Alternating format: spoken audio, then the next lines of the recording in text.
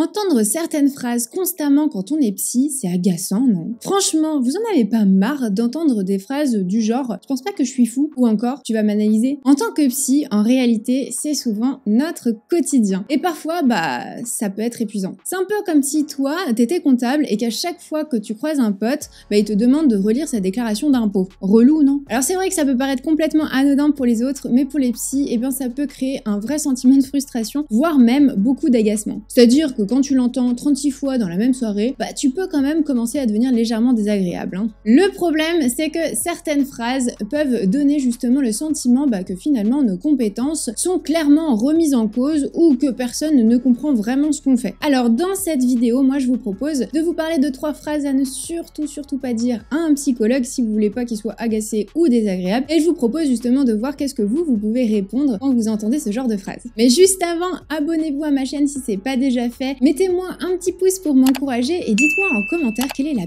pire phrase que vous ayez jamais entendue en tant que psy. C'est pas un vrai métier, tu fais qu'écouter les gens en fait. Alors ça, c'est vraiment une phrase qu'on entend très souvent. Et je dois dire que c'est quand même franchement assez dérangeant. Comme si finalement notre métier valait absolument rien, comme si nos études ne servaient qu'à faire joli sur le papier et qu'en fait on faisait que gagner notre vie en se tournant les pouces, vous voyez. Et puis vous avez ceux aussi qui rajoutent en plus ça. C'est facile, tout le monde peut le faire.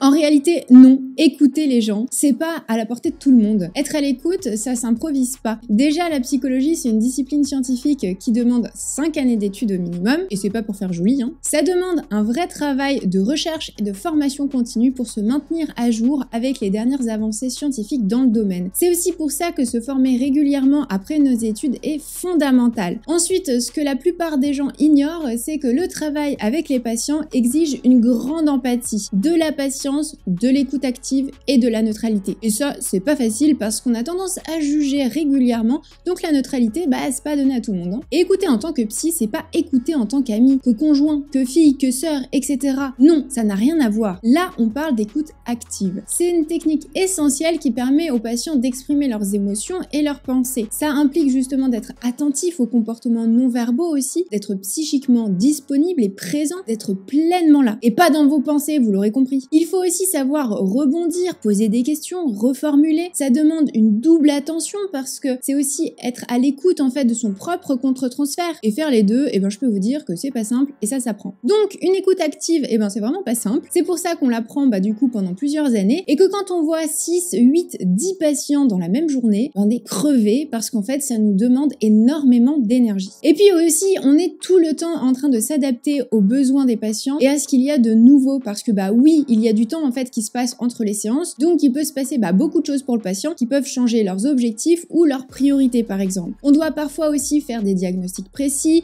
utiliser différentes techniques ou différents outils en les choisissant bien tout en se réadaptant si le résultat obtenu n'est pas celui qu'on espérait. En plus de ça, on doit être capable de travailler en équipe, de se tenir au courant des protocoles et normes professionnelles tout en respectant une certaine éthique et notre code de déontologie. Je vous en avais d'ailleurs parlé dans cette vidéo, je vous la mets juste ici. C'est également important de rappeler que le travail des psychologues ne consiste pas seulement à écouter les patients. Il s'agit aussi de les aider à surmonter leurs difficultés, à trouver du sens et à s'épanouir dans leur vie. On guide nos patients à mieux comprendre leurs comportements, leurs émotions, leurs pensées et leurs relations par rapport aux autres. On les aide à développer aussi des stratégies pour faire face aux embûches de la vie, parce qu'on en a tous, et ce tout au long de notre vie, et parfois on n'est juste pas armé pour y faire face. C'est comme ça, et c'est pas grave du tout. Être psychologue, c'est donc un métier complexe et exigeant qui nécessite des compétences, des connaissances et un dévouement particulier. Alors la prochaine fois que vous entendez quelqu'un vous dire que tout le monde peut le faire, ou bien que c'est pas un vrai métier, demandez donc à cette personne si elle est capable de faire tout ça. T'es psy ?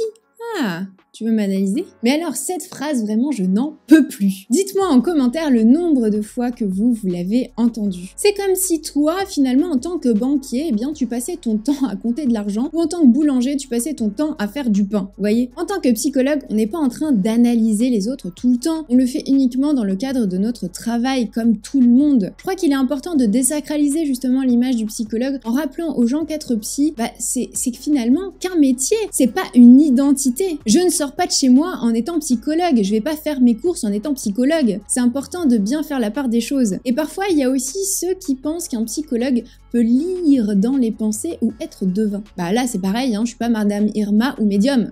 La méconnaissance du métier de psy peut donc nous froisser parfois ou nous faire rire, hein, ça dépend. Mais je pense qu'il est important d'informer au maximum les gens en fait de ce qu'est réellement le métier de psychologue. Et donc nécessaire de rappeler qu'un métier est un métier, hein, pas une identité, que la psychologie c'est pas faire de l'hypnose ni deviner des choses et qu'être psychologue c'est pas non plus être psychanalyste. Mais on va pas se mentir, souvent ceux qui sortent cette phrase sont soit des personnes qui ont envie de faire un petit trait d'humour, vous voyez, en pensant que c'est pertinent et que ce sera bien accueilli, bon, ils sont plantés, soit des personnes qui ont peur qu'on découvre tous leurs petits secrets. Bref, quoi qu'il en soit, lorsque vous entendez cette phrase, moi je vous invite vraiment à répondre avec bienveillance malgré tout, en expliquant simplement que le métier de psychologue est avant tout un travail comme un autre, et qu'une fois sorti de notre cabinet ou de notre lieu de travail, et ben en fait on n'est plus psy. Rappelez aussi qu'on est soumis au secret professionnel et que tout ce qui est dit est confidentiel, ça permet aussi de rassurer un petit peu. Parce que, en fin de compte, la méconnaissance de notre métier engendre des préjugés et des malentendus qui sont souvent maladroits et qui peuvent être évités en discutant ouvertement justement de ce qui est vrai, de ce qui ne l'est pas dans ce métier. Donc, changeons l'image du psy.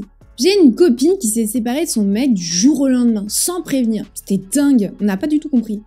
Toi, justement, avec ton œil de psy, t'en penses quoi? Mon œil de psy, qu'est-ce qu'il a de particulier cet œil de psy, hein? Je sais pas vous, mais moi quand j'entends cette phrase, j'entends souvent de la part de mon entourage proche et j'ai à nouveau cette impression qu'ils pensent sincèrement que je ne quitte jamais ma casquette de psychologue et que je peux analyser et interpréter n'importe quelle situation. Et ce, de manière toujours très juste et pertinente. J'aimerais bien. En réalité, notre œil de psy, bah ça veut rien dire. On n'est toujours pas médium et on ne peut pas analyser une situation avec de minces éléments rapportés d'autres personnes. Comment est-ce que vous voulez faire avec ça? De base, c'est déjà impossible pour un psy d'analyser une situation sans avoir une connaissance approfondie du patient concerné et de son contexte. Alors imaginez quand vous ne connaissez ni la personne ni le contexte et que ce ne sont que des faits subjectifs rapportés.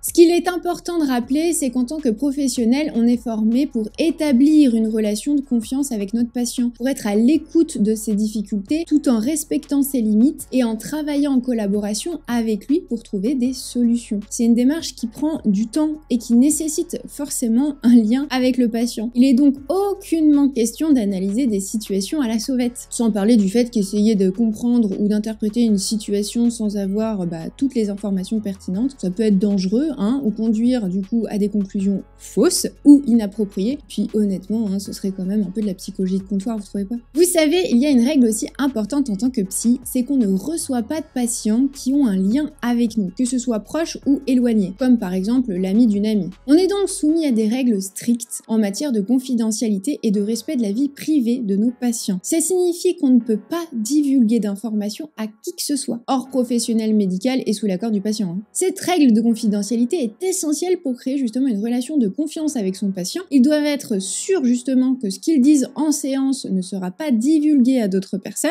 et encore plus à leur entourage proche. Et le fait d'avoir un lien quelconque avec eux pose forcément question, vous voyez. C'est donc une condition sine qua non pour que le patient puisse se sentir à l'aise et se sentir en sécurité pour aborder tout ce qu'il souhaite sans avoir peur que ce soit répété et pour que nous, on puisse justement avoir toutes les informations nécessaires en toute tranquillité et travailler en toute transparence et honnêteté afin de les accompagner au mieux. En tant que professionnel de la santé mentale, on est donc soumis à des règles strictes en matière d'éthique et de déontologie. On se doit donc de respecter ces normes professionnelles qui régissent notre pratique et nos interventions évidemment pour pouvoir justement offrir un service de qualité à nos patients. Donc vous l'aurez compris, stop à toutes ces phrases que vous pouvez dire à un psy s'il vous plaît. En revanche, intéressez-vous réellement à notre métier en posant d'autres questions du genre peux-tu m'expliquer comment tu pratiques ou encore qu'est-ce que tu préfères dans ton métier? Ça, c'est quand même bien plus intéressant et ça vous permettra de tisser un début de lien beaucoup plus serein avec le psy. Dites-moi en commentaire quelles sont les pires phrases que vous ayez jamais entendues en tant que psy. Moi, j'ai vraiment hâte de lire ça. Et si cette vidéo vous a plu, alors explosez-moi le compteur des likes et abonnez-vous à ma chaîne pour me soutenir. N'oubliez pas évidemment de vous inscrire à ma newsletter pour découvrir chaque semaine des astuces sur le libéral. Le lien est évidemment en barre de description. Nous, on se retrouve la semaine prochaine pour une toute nouvelle vidéo ou tout de suite sur mon compte Instagram. Belle journée,